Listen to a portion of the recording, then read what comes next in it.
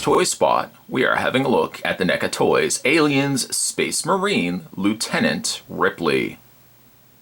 Recommended for ages 17 and up. This is NECA's Toys recreation of the original Kenner version of Ripley. Down below there's some classic artwork, not so much classic artwork, but again NECA's inspired by artwork based on the original Kenner designs. And the side of the package also features the comic book, which we will have a look at when we get this out of the packaging. Indicated also down below, Dark Horse comic book inside. Spin around the back of the package. Some of the advertised figures on the back there. We've got the Alien Isolation figures, which we've already had a look at. The Alien and AVP figures, some Predator figures, and some deluxe vehicles as well. To check out more from the folks over at NECA Toys, you can go to www.necaonline.com.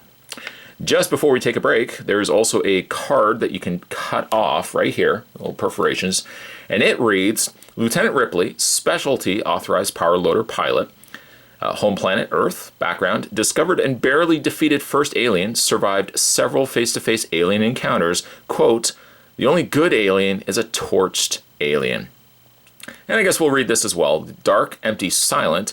This is deep space, and vicious aliens are attacking. One force has the guns and the guts to face these ugly monsters. Send in the heavy metal. Send in the Space Marines. The invasion is on. That being said, Spot's going to take himself a break. I'm going to get this opened up, and when we come back, we're getting a better look at the Kenner-inspired Space Marine Lieutenant Ripley. There's more heading your way, guys. Don't go anywhere. Stay tuned. To come included with Ellen Ripley, you get yourself a comic book indicated down below. It's number 8 from Dark Horse Comics. A quick scan through of some of the artwork inside this comic here.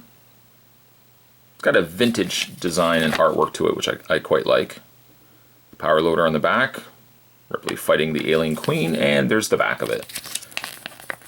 I do actually hold on to these. I like little mini comics, kind of like the old He-Man comics. We'll put that to the side. Ripley also comes with some intense firepower.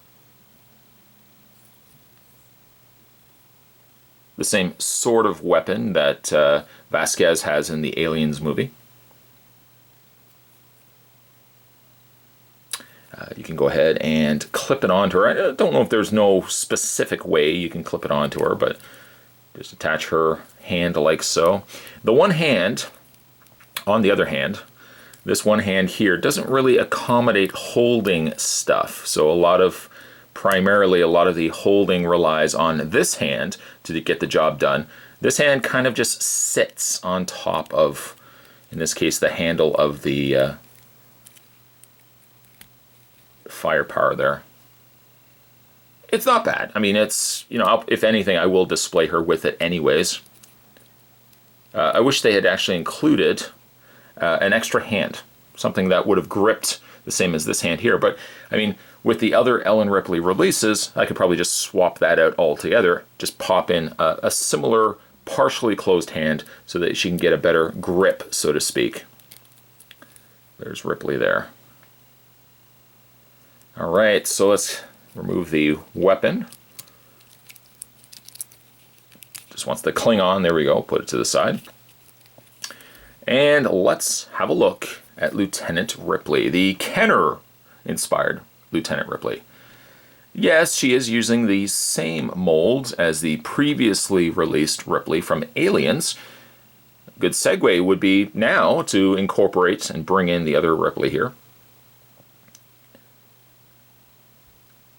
Yeah, they are exactly the same.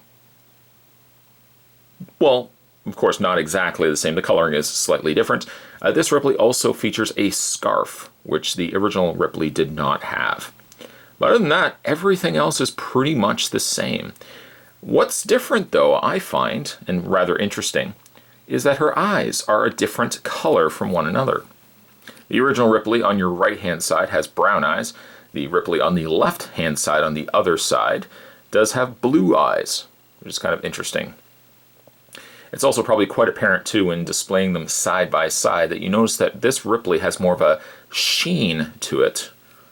No, not Charlie Sheen, but a rather shiny sheen to her face, her arms, her hands, whereas the original Ripley has more of a muted or matte finish.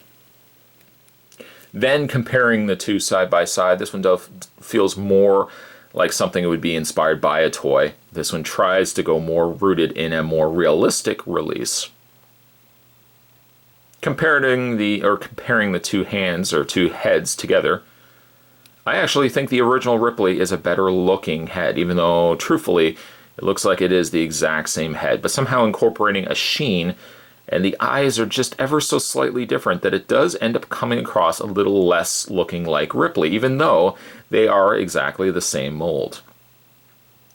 What I do like, though, that this one brings to the table is the additional color. Yes, it's not what she would necessarily have worn in Aliens, but I do like the incorporating of this kind of burgundy red color. The jeans, or pants in this case, are a darker blue. And she's got yellow boots with a blue trim to it. Whereas more Ripley on the right-hand side has a more realistic white, lighter colored blue, and the white boots as well. The harness also, or the strapping, the ammo strapping, looks to be the exact same on the two figures, although reversed. Rather interesting, actually, that they reversed the two. But that's about the only differences between the two figures.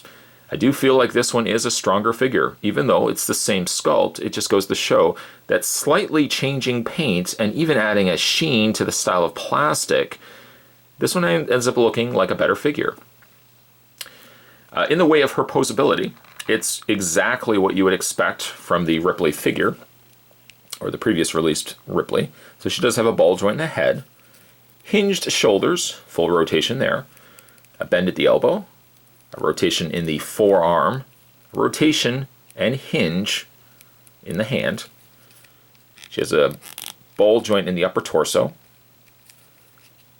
legs forward and back and out. You'll notice also this, much like the other NECA toys, this is all like a rubbery overlay that's been added to the lower torso. Also has a bend in the knee, a rotation in the lower leg, and a rotation in the foot. Also noted a pivot there as well. She has peg holes on the undersides of her feet, though unfortunately she doesn't come with a display stand to speak of. Overall thoughts of the figure? The figure is good. I prefer this one, in all honesty, but I like that if NECA can find a way to incorporate reusing an existing mold, because toy companies at the end of the day, they do want to get as much out of a mold as they possibly can.